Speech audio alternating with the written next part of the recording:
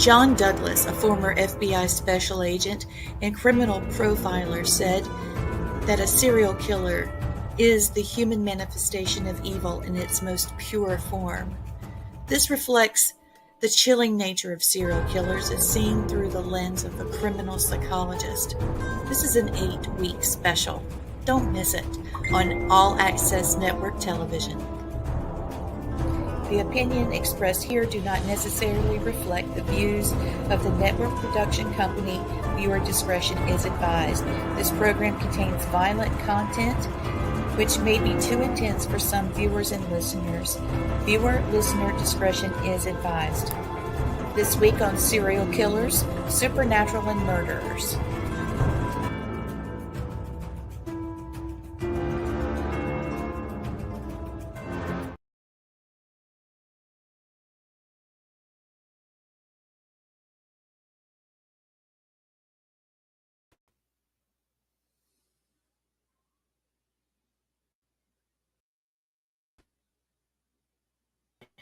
Hey guys, how's it going? What's going on, sister? What's up, Thomas? Hey, everybody. Hey. Yay, we're all here. Yeah, I'm so sorry. It took me a little bit. That's okay. We got a good one tonight. Oh, Yes. boy, do we. Yes, One of my we favorite do. ones to talk about. Guys, this guy. Oh my gosh. I've been watching all kinds of, documentaries on him because everybody is shocked still today that this guy is crazy. He's just crazy.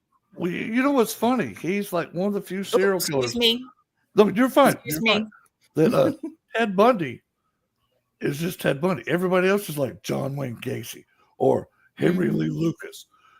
There's all three names, but Ted Bundy is always now. Some posters they've had him on as Theodore Robert Bundy, but everybody knows him as Ted Bundy. Not like John Wayne Gacy. So I always thought that was interesting. This is what people know him as well. The handsome devil. The handsome devil. That he was. It's scary what a smile can hide.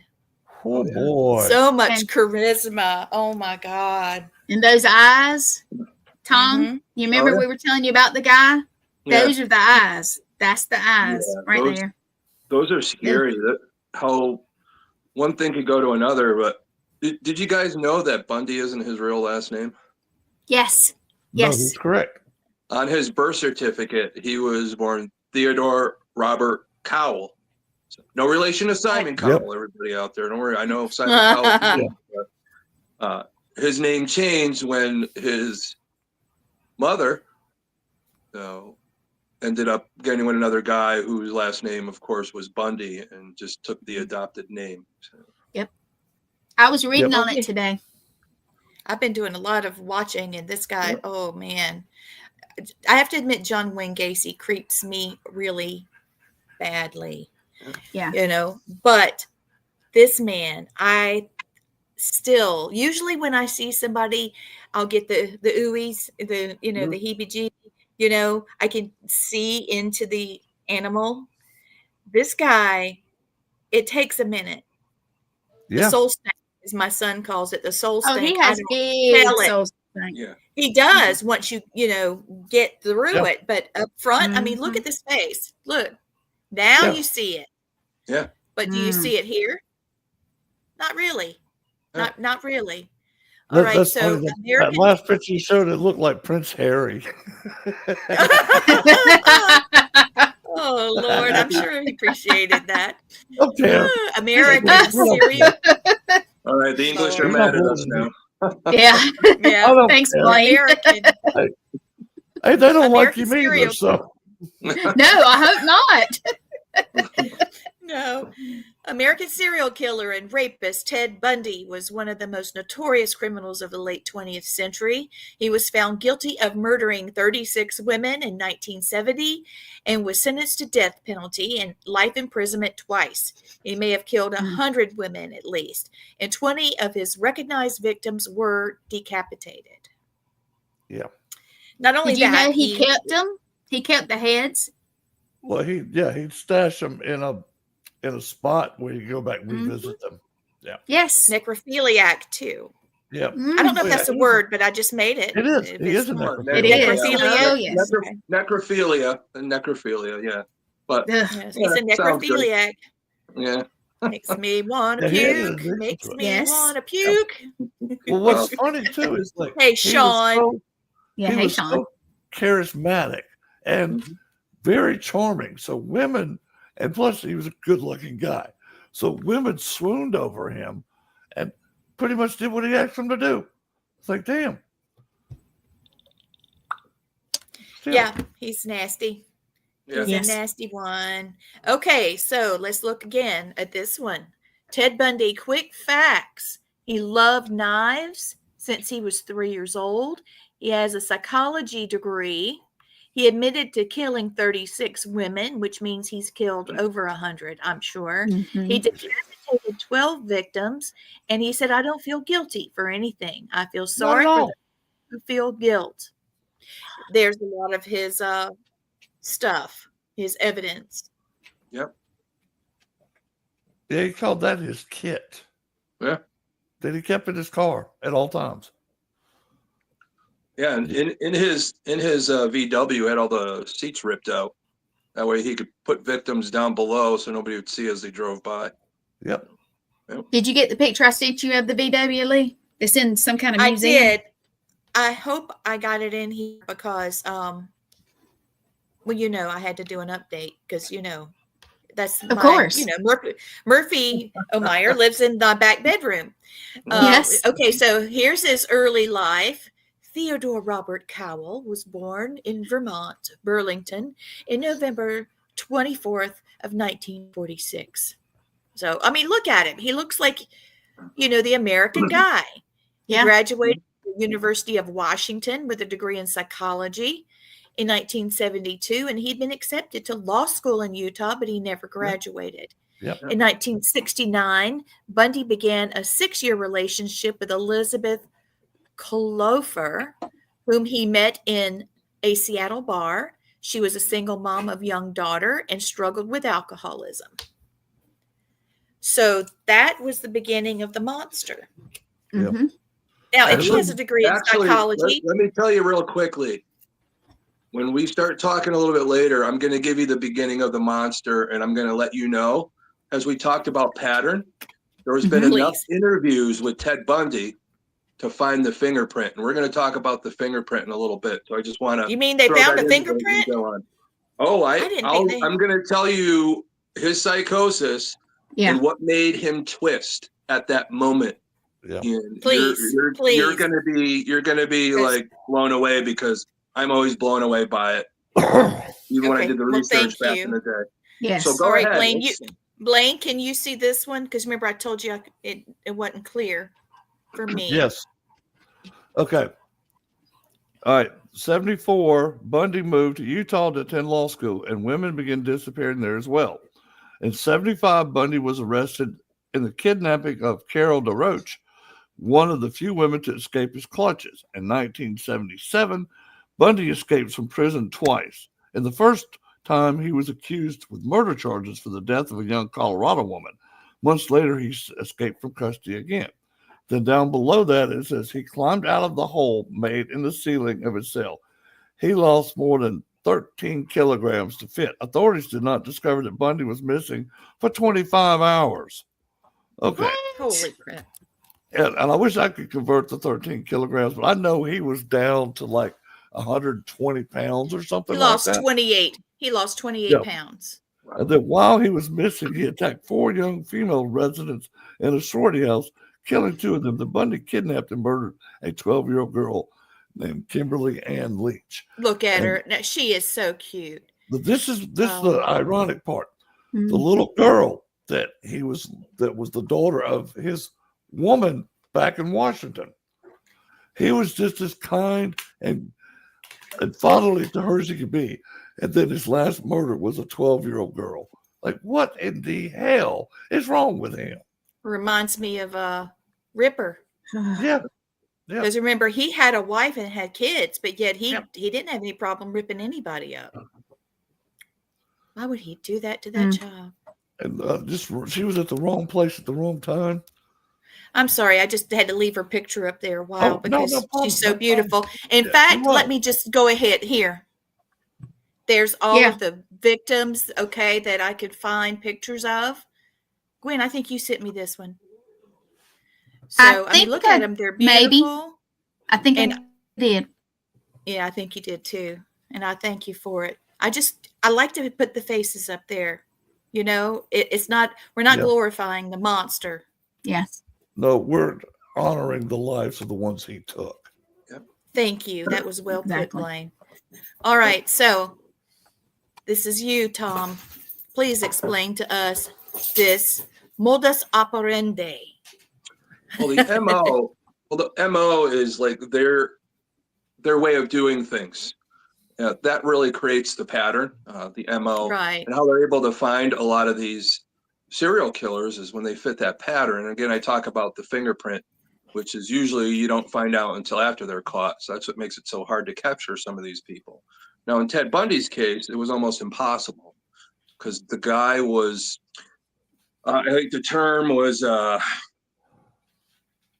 he had so many different things going on, but his high conscientious type of person, which means he was very pinpoint, very structured, did everything the way it was supposed to get done. He would never leave a fingerprint behind or anything like that. So he was very conscientious about his scenes and all that. And I think ultimately his mistake was biting one of the victims. Yeah. And that was his ultimate downfall. So that's the only reason why they were able to get him. By pretending to be crippled or having a fracture, he used to ask for help from his previous selected victims to lift something and carry it into his car. And he tried to make his victims unconscious by hitting them in the head with a crowbar. Then he abused them physically and sexually, and even after the victims were dead. And he used to decapitate them and leave the rest of the victim in the forest. His victims were distributed around the large areas, so he wouldn't be related to all of them. They were under 20 years old. He first explored and looked for safe places to dispose of his victims. He never used firearms to avoid leaving evidence, and his fingerprints were never found at a crime scene. Early on, police complained that it was useless showing his photograph to witnesses. He looked different in every photo ever taken of him. I'm going to explain that one too in a little bit. So that's going to be the supernatural side of our show. Yeah. But the other thing is he pretended to be injured, but he also, part of his MO was pretending to be a police officer or a fireman. Yes, he's done that many times too. So. Yeah. He picked a girl up at a mall, I think, wasn't it? And this one escaped. Yeah.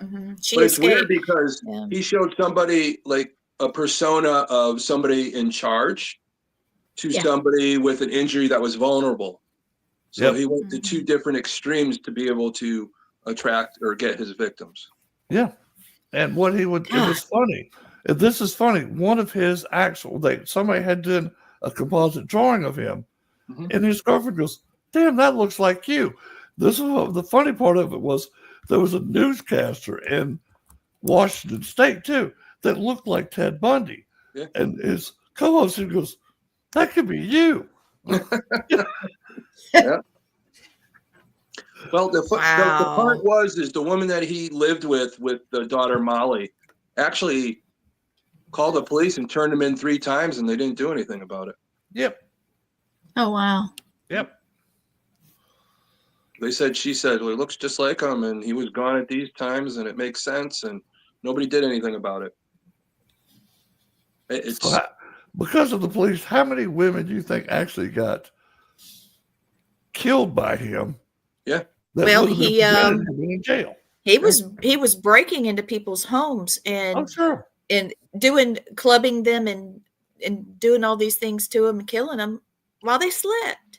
Yeah. Well, it was part of his MO was blunt force trauma and actually choking them out or strangulation because he felt it was more silent. The reason why he didn't use guns is it would create too much noise and bring attention.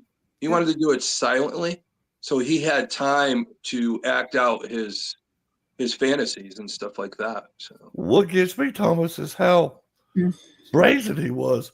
yeah. Some of his victims, he'd go to a lake there in the local area Yep. and go tell them to help him. He'd have his arm in a sling or a foot in a cast. He'd have a little canoe, and he'd have try to help him put it on the car. Yeah. And he would blatantly do this during the middle of the day, and nobody would pay attention to him because there's so much they're enjoying the beach that day, and he'd get away with it. Yeah, And then but all the of a sudden, thing, little Tiffany's gone. It's like, well, that was where'd you part of the go? psychosis. You know, Yeah. you get to that point where you don't care. Yeah. You have no fear. You're fearless. You're Dude, just going to no. walk up to anybody that attracts you to your fantasy. Just so you know, when he was captured, they do a lot of tests to figure out what's going on before they go into these court cases. Now, one of the fathers of psychology, they have this test. It's the psychopathy checklist. It's revised, sometimes called the Hare psychopathy checklist.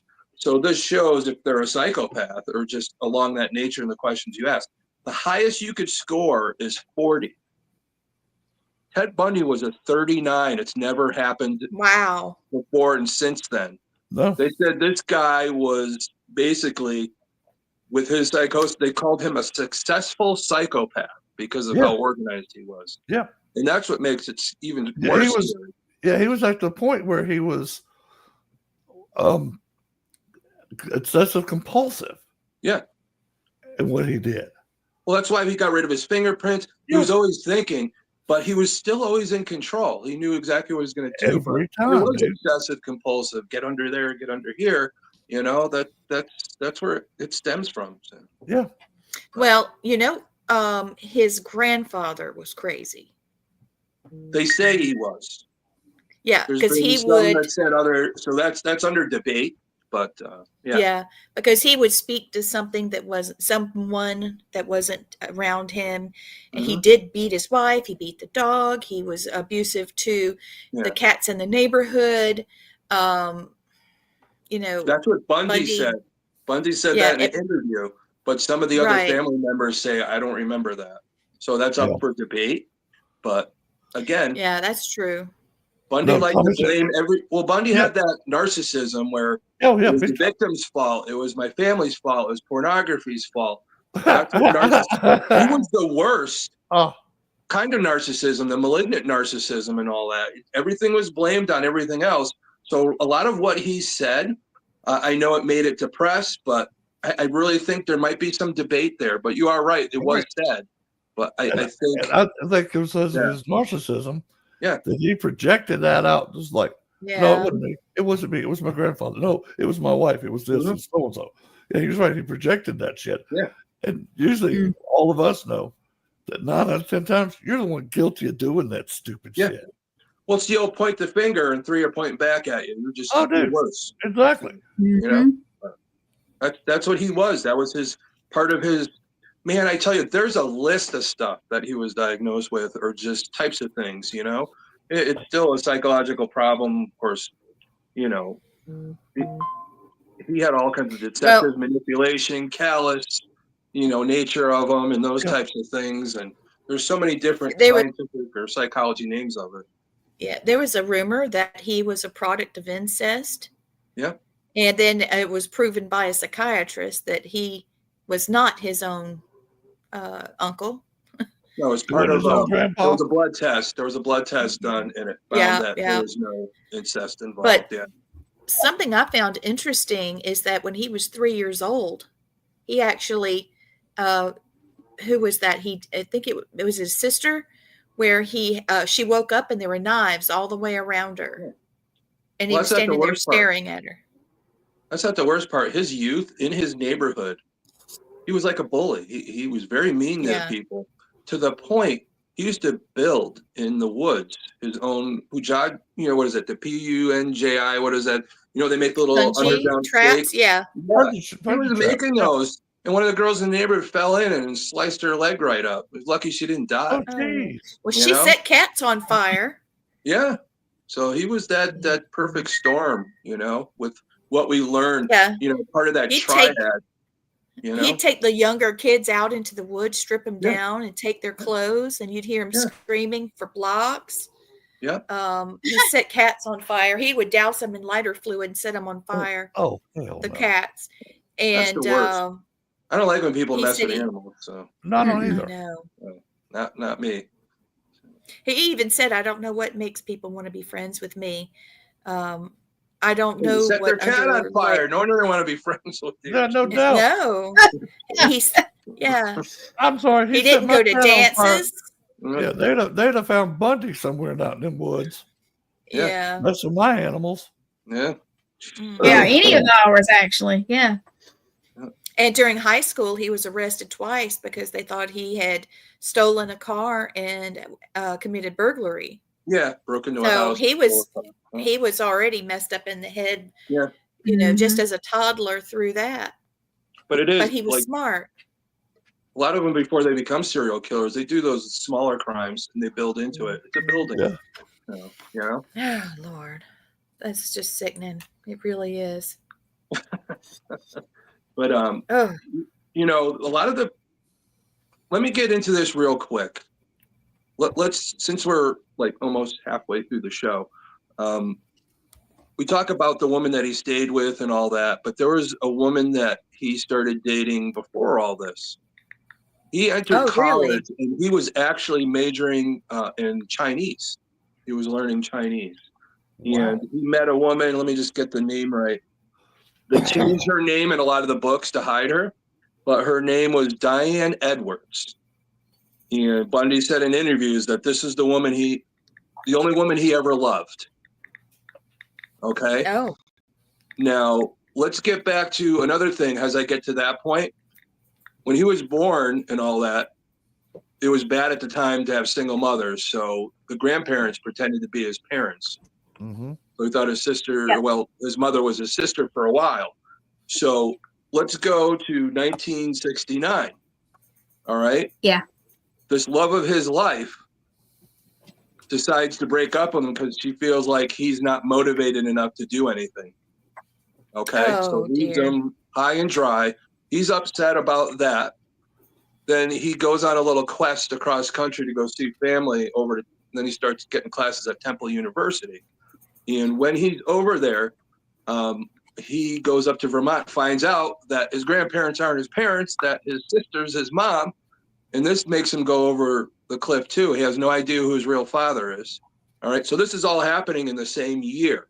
So this is the fingerprint I talk about, where things went crazy. They still think he was killing people before, but this is where it really became, more apparent as we look at the history.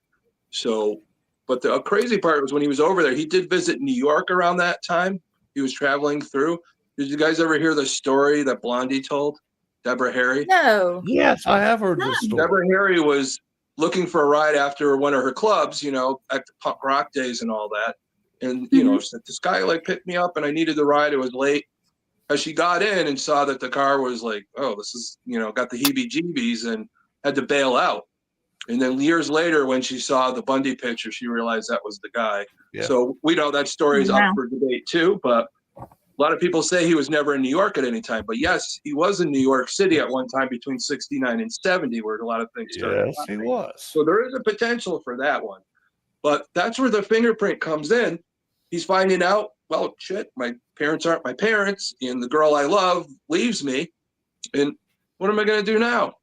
And I think a lot of that, what he was already feeling, that's where it twisted and became more of a thing. So, my theory, but I you're think correct. I agree with your theory. That would mess you up for real. Yeah. Well, I have some information about the trial. You want to go to trial, or are we going to wait? Let me give you one more tidbit about that. I'm going to tie it all together, how insane Bundy was. So he started dating the Coffle girl there and all that. And at the same time, he started going into the politics and becoming popular and all that and starting to do things in life. He somehow reconnects with Diane Edwards. They start dating again. Yeah. He's courting her to the point he asks her to marry her. You know what he does? He breaks up with her. Yeah. Dumps her. And he was like, I just wanted to see that I could marry her. What an egomaniac. He got back at her for splitting up with him and doing the same thing to her. That was revenge. That's how downright evil this guy was. That was downright just cold revenge. Cold-hearted, right there. Bad, man. Yep. I don't know.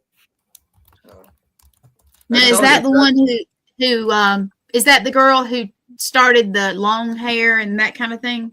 His type. Well, the type is more, that long hair, good looking woman. A lot of the girls didn't look exactly like Diane, but close. So, but I think there was also contingent of his problem with his mother. And keeping that secret from him. And then even the point with, I think he might have known that Koppel gave him up like 3 different times. And I think the fact that he killed a 12-year-old girl who was the same age as Molly was a throwback to Koppel, saying, hey, I could kill your daughter by killing this woman. Yep, that's exactly what he thought, too. There's a psychosis for everything. He was I'm going to get back at you. You mess with me, I'm going to get back at you in some form or another. Yeah, Thomas, his type was they had to have long hair parted down the middle. That was his type. Yeah. Most of the time he wanted the darker haired women, but he would still kill blondes, redheads as well. Yeah. But I think he took more anger out on the ones that were brunette. Yeah, I think the closer they were to his issues that he had with certain women, I think the worse it got. I think, he even said in interviews that he wasn't really into torturing them, but really it came about where he still did, but I think there was more of a torture side to the ones that we're talking about than any of the other ones. Yeah, I think he killed the other ones just to satisfy his need for killing me. I found a little video. Yeah. Let me see if I can get the thing to play. Just hold on. You know how it is with sharing screens. It doesn't want to. It's not easy. Yeah. No, it's not. Nothing's easy when you talk about Ted Bundy. No doubt. Yeah. Okay, so here we are, and I hope you can hear it. Let me know if you can't, please. Prolific serial killers in the history of the United States. He killed at least 30 women, likely many, many more. And what we're going to look at today is 2 different interviews, one from 1977 and one from 1989. Before we get started, I do want to remind you to like and subscribe if you want to see more content just like this. All right, let's go. Like and subscribe to us. 1977. Yeah, us.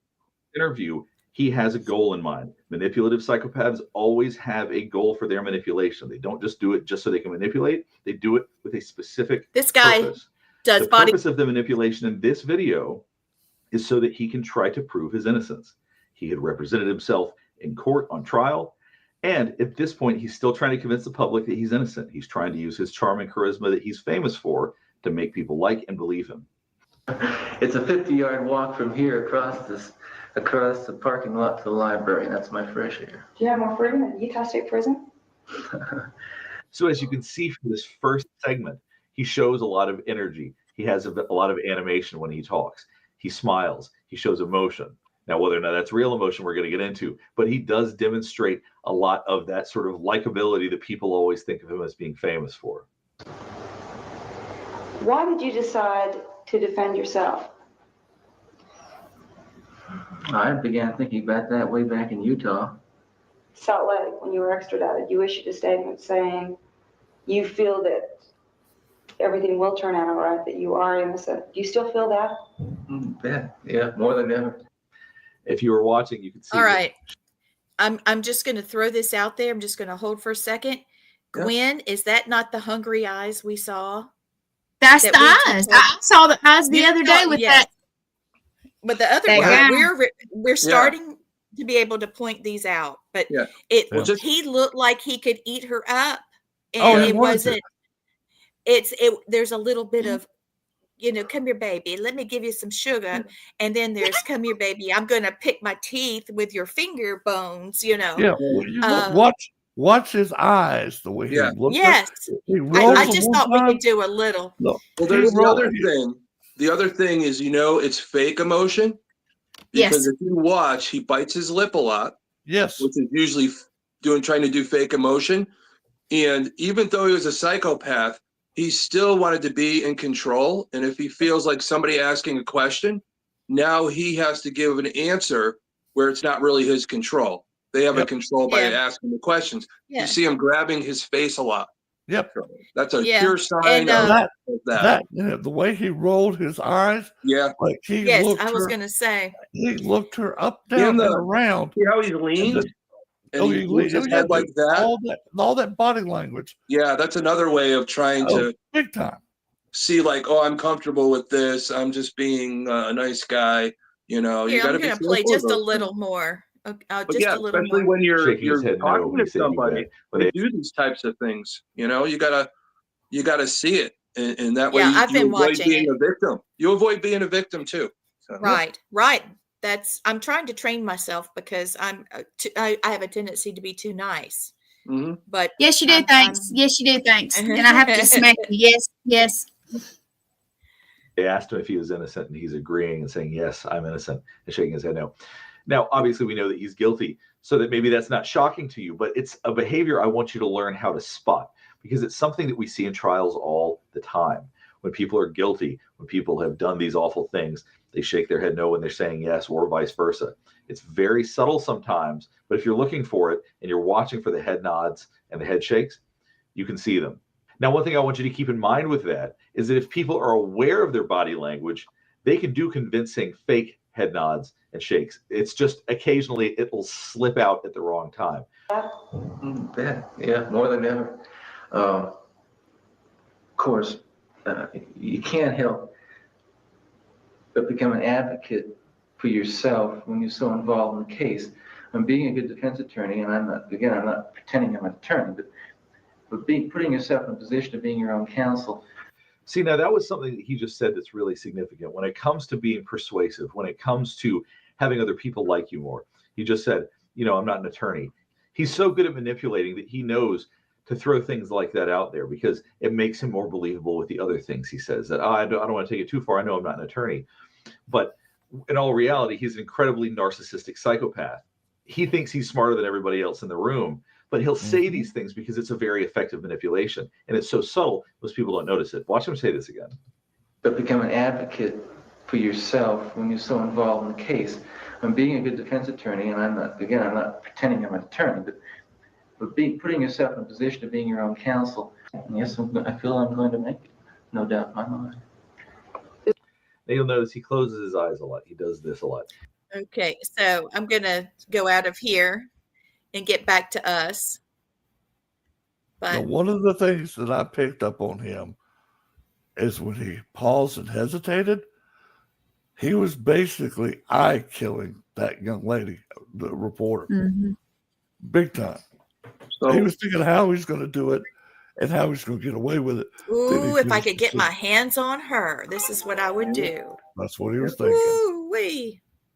Yeah. So I think a lot of that with that interview and how he was trying to display emotion, psychopaths don't really have that. They have a hard time doing that. You want to know where I think possibly he learned that from? Where? Back in his college days when he was doing the psychology thing, he actually volunteered, at a suicide hotline network. Oh, yes, he did. That's right, he did. Yes, I read that. And the lady that sat next to him, Anne Rule, famous crime novelist that wrote the book on him. I think it was like sitting next to a stranger, something like that.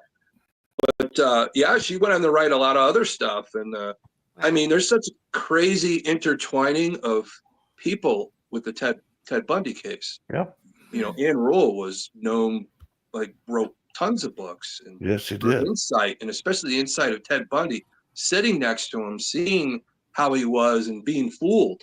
She was a police officer at one time before she took that job, and her being fooled and having that, police officers have that wisdom of observing and seeing things, and fooled her too. That's and he wasn't even really fully good at it yet, I don't think, until he got that experience of, learning what makes people sad or what makes them get to that point. And unbelievable. Yep. This guy was he knew he had a plan and he was doing it. Oh yeah. Unbelievable. Pure psychopath. And he even said, if I would have never got caught, I'd still be killing people. Oh. Yeah. because he said he liked doing it. Yep.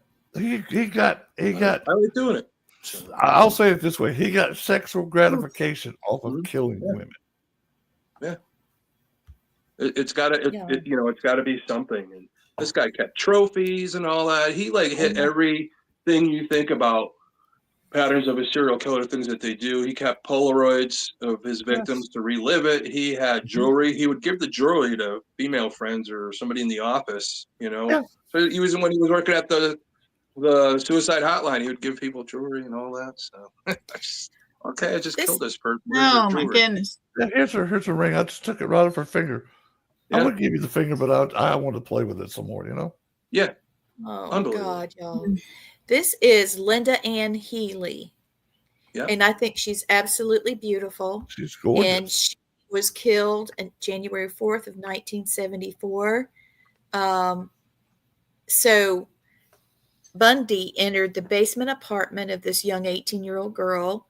It was Karen Sparks is who it was. A dancer and student at UW in Seattle's University District.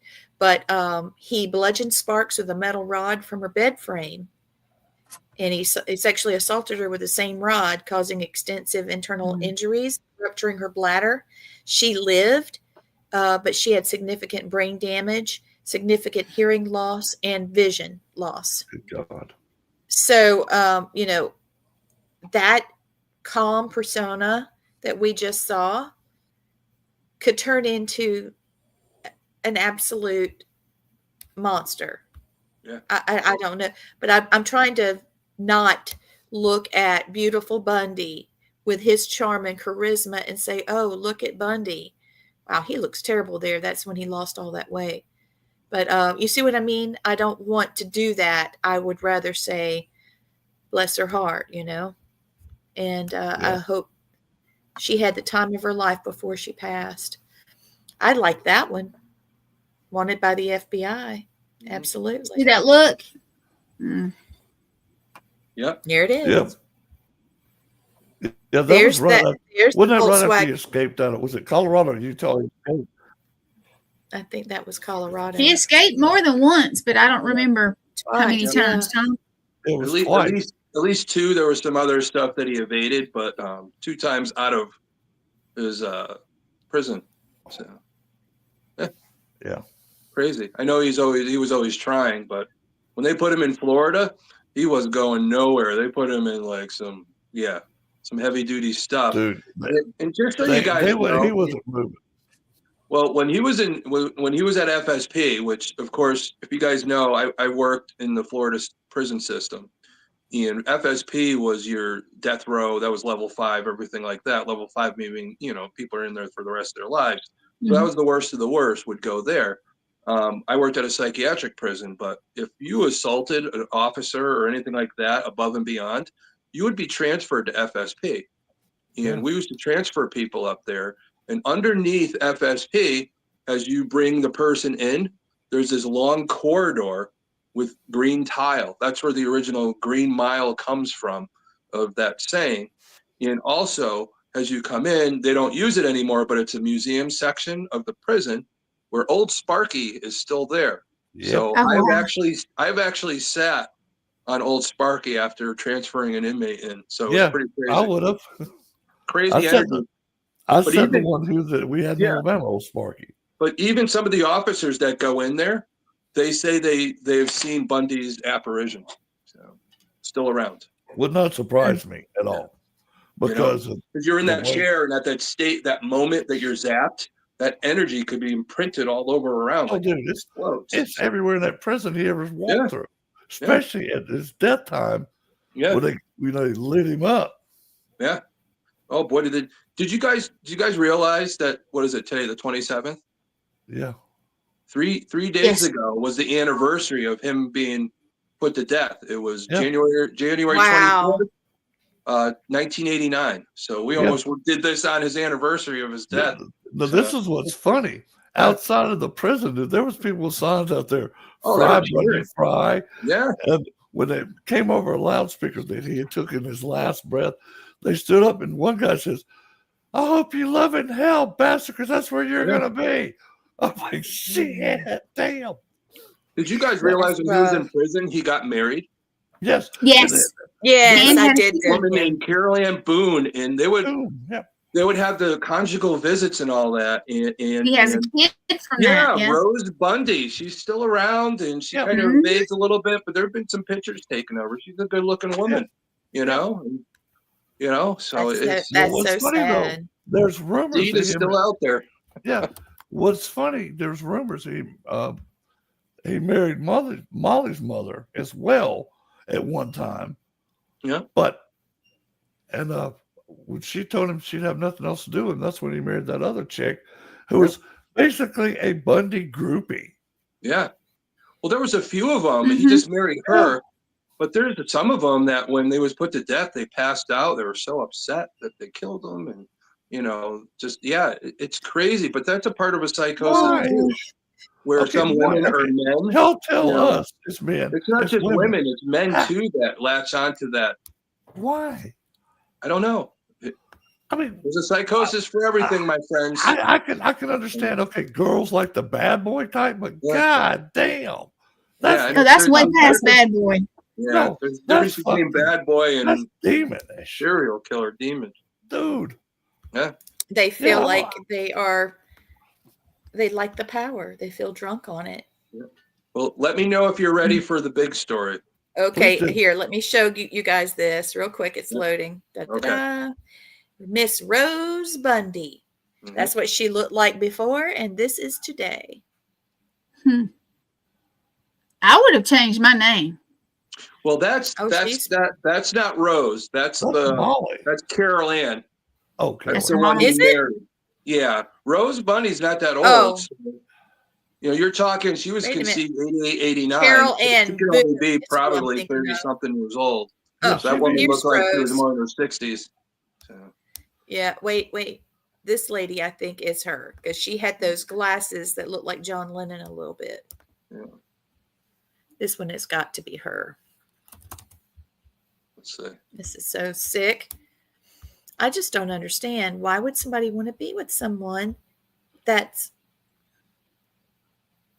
I just don't understand. And again, some people look at us and go, why would we want to look for ghosts? That's true. Why do we... That's true. Hey, I don't have to look for them. Is that her? Good God. No. That's Carol. Yeah. That's Carol Ann back in the day. Yeah, Carol Ann. That's who I was looking for. Yeah. Good Lord. That's not good. And for Rose, there really isn't a lot of pictures. Yeah, there isn't a lot of pictures of her online. And some of them are up for debate. So she's in college. I think she was in college out in California. She was going to college or something. Why would she not have changed her name? My God. I don't know. They said both of them said that he was innocent. They still believe he's innocent. Yeah, that was Carol Ann. Even after he come out and finally said, look, I killed all of them. Yeah. I mean, he denied. And then finally he come out and goes, okay, I'm tired of lying. I did. I killed all of them. Yeah, but he killed more than that. He didn't. They know he killed more. At least 100. At least 100. Oh, it's at least 100. But the thing is, he only admitted to what they knew he was part of, which is weird because his narcissism. I'm surprised he didn't. I am too, dude. Admit to all the other ones. I'm surprised he didn't pull. Henry Lee Lucas goes, I killed that one. I killed that one. I killed that one to boost his ego. I mean, shit, because we know Bundy actually killed all those women. Yeah. Yes. It's nuts. Wow. So. I'm trying to find out what happened to his daughter. Whatever happened to I'm Ted looking. Bundy's I'm daughter. looking for her picture right now. But you guys ready for the big one? Yes. I'm ready. So we call this show Serial Killers, Supernatural, and Murders. We don't talk about the supernatural that much. But I read what you're about to say today. On three occasions, they were interviewing Bundy in the prison system persona. As they interviewed him, 3 different people said the same things, and these 3 people never talked to each other. So they're 3 different experiences. As they're talking to him, his eyes changed, his face would morph, he would change, and then they said, I smelled this weird smell as he went from okay to whatever the hell that was, which tells me that there is some side to it. You know, you got 3 different people never talking to each other, saying basically the same thing about the smell, about him morphing and all that other stuff. And even Bundy admitted, you know, hey, when I do these things, if I was under stress or I was drunk, the entity would come, is what he would call it. The entity would take over. It's almost like, you know, on Dexter, you know, my what is it? My rider there. Yes, My dark passenger. I think that's where the show got it from. They just renamed it, you know, that thing that makes me do what I do. So, but a lot of people don't know is you go to culturally, it's believed that all people are born with a jinn, whether it's a good jinn or a bad jinn, that good seed, that bad seed. That's what some cultures believe.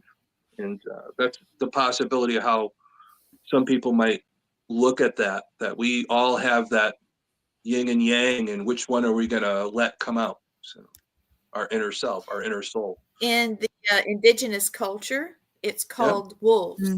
You've got wolves that you're born with, good and bad. And which one comes out is the one you feed the most. Exactly. Same thing. Every culture has something similar to that. Sure I just thought, you know, the jinn one kind of matched how they were talking about it and all that, you know. They always say we all have our inner demons. Are we going to let them out, or are we going to keep them at bay? So that's what it is. I'm not saying he had a demon in him. I think he just that jinn there's or a lot that of people. Well, I'm saying that jinn or that entity, I think, was his trauma of what he dealt with growing up and what he faced in all those other things. There's a lot of things we don't know that he went through in childhood that's under speculation, because the guy was the ultimate liar, the deceptor and all that, with interviews with other people that were in the same household and all that. But you don't know how he perceived things. So, well, here's a quote. Okay. It says that Patrick Kaufenberg and Mike Carbino, they have a podcast, and they discuss a lot of theories about Ted Bundy. And there have been a terrible amount, an extreme amount of ghost sightings and paranormal experiences that surround Bundy and his victims. And they have spoken with eyewitness accounts from survivors and law enforcement who describe Bundy's strange black eyes and spontaneous foul odor that seemed to erupt from him when talking about his crimes. They recount the bizarre happenings at Bundy's childhood home as well. Interesting. So, you know, you're right on it there. Yeah. Well, I can tell you this. When he did take his last breath, it took about 45 minutes for his soul to leave the room. He hovered around because he enjoyed it. Even watching his own self die. He got gratification out of watching himself die. That he stayed for 45 minutes before his soul or his energy took off and left. That's why he's picked up so much in that prison. Yeah. His energy is always going to be imprinted there, and you know, other places too. Where was it when he was dead? His last request was to have his ashes spread. What is it? The Cascade Range out there in Washington State. Yeah. When he sprinkled them all out there, I'm like, dude, you were a serial killer. Why did they give him that? You know, I would have flushed him down the toilet. Yeah. Oh, yeah. Okay, I don't know if this is real. This is the right one, but hold on. Let's see if I can. We can't see that. Nope. Okay, now I can. Yeah, I think that's her. I think that's Rose Bundy. Lee, can you see it a little bit? Yeah, she's beautiful. Yeah. But yeah, that's the only one I can find that actually looks. She has long hair and she almost has the part in the middle. I know. I was going to say these. Isn't that looks like his victims? That's ironic. That is very ironic. Yeah, that's messed up. So, I was thinking about that. She saw the pictures like, what the hell? Yeah. So I know you guys are aware of Rosemary Ellen Guiley, and in her studies, she studied a lot of serial killers as well as supernatural, and she prescribed to the jinn connection about the Arabian folklore about jinn being, assigned to each one of us. Yeah. Or the Greek daemon. And Yeah. so, she actually believed that as well. Yeah, this jinn did well, in other cultures, demon for whatever we say in English, but daemon's more of that Latin kind of side of things too. Yeah, how it's pronounced, but they're all similar. There's a lot of different ways to look at it. There's a lot of I'm looking at the yin and the yang of the jinn, but there's other kinds of jinns. There are different levels of it, just like there's different levels of the demonic when you really look into demonology and studying it. So there's a lot of with that lore. And do we really know exactly that's how it is? No, but we do try. The things I've come into contact with and the paranormal and all that, and how you look at it, even dealing with inmates, and a lot of this stuff corresponds, that true crime, that paranormal, that supernatural, what we talk about. And you have to discern that. Well, was Bundy, well, I can tell was you, Bundy purely a killer, or was Bundy, did he have that entity that pushed him to do that? Or was it maybe just a little bit of both. So, And I can tell you also a fact, with the experience I had with the jinn over in Iraq, those are some nasty ass creatures, and they fugly too. God, they're fugly. Yeah, they'll mess with you. And a lot of people in folklore, anybody that's watching right now, that's like, oh, I've heard of jinns, whatever. That's your folklore, or the stories that they use jinns in are the genie. Yeah, the genie comes out of the bottle, and you make a wish, but there's always consequences. Just like if you make a deal with the devil at the crossroads, there's consequences. You get something materialistic, and you pay for it. So that's why it's important. It's a story to look at things and have the right intention, or those types of stuff, supernatural wise, and who knows? Bundy Can we was so do mad. Can we do the Green River Killer next? Yeah, sure. Well, let's do an attachment to that. Let's build up to it. If we do that next, just so you guys know, Robert Keppel, who was principal in the Bundy tracking him down and those types of things, criminal justice and all that, and he actually worked at a state college here where I live in Connecticut, University of New Haven, along with Dr. Henry Lee. So there's a lot to that college. Like if you wanted to learn about this stuff, that'd be a good college to go to. But case in point, Keppel also worked on the Green River case, because it was all in that Washington area where both of these cases happened. And Bundy actually called him and said, hey, I could help you with this. I could help you out. And he did help him out and profiled him. But they didn't capture Gary Ridgway, known as the Green River Killer, until after Bundy was executed. But this guy fit exactly the way Bundy profiled him, which is crazy. Wow. Now, do you think he knew the him? the other thing that's crazy is, because of that situation, Thomas Harris used that situation to create Hannibal Lecter and the FBI agent helping each other to track down Buffalo Bill. So that's where that stems from. Oh, wow. Yeah. Oh, that's. Do you think Bundy knew him? They might have corresponded, just like in Silence of the Lambs, where because they were That's similar. what I was thinking. Well, they were similar because Bundy told Keppel that if he killed these women, he would go back, just like Bundy would go back to have sex with them after the fact. So they were very similar in their MOs, and I think that's why Bundy was able to help. But it's funny how they call him the Green River Killer, because there was only actually 4 bodies found in the Green River. After the police kind of saw these bodies, he changed his MO and started dumping them off into the woods and mountains and stuff like that. But that's where it started. So Gary Ridgway was doing this for many years, like 20-something years before he was captured. Yeah. He had a long serial killer life. Yeah. Yep. The more I read about this, the more confusing and bizarre and sickening and yet fascinating. It's like watching a train wreck. You can't turn your head, but it's making you sick. So the next one, are we going to do Gary Ridgway, the Green River Killer, or are we going to do a segue I think into it would correspond with this case. I think it's almost like a stay tuned for part 2. Yeah, exactly. Yep, stay tuned for part 2. Yeah. All right. So thank you all for watching. Thank you for watching Serial Killers, Supernatural, and Murderers. I'm going to leave with a powwow save date. for the tribe that Gwen and Blaine and I are in. And we need to talk to you about that, Tom. I sure would love for you to come. And it's in there. And, did you see where I put it in there? Yes, but I did a little thing, so I hope it's going to look okay, because I didn't get to check it much. But here we go. Thank you for watching, and stay tuned next week. Okay? Don't forget to subscribe and like. And thank you.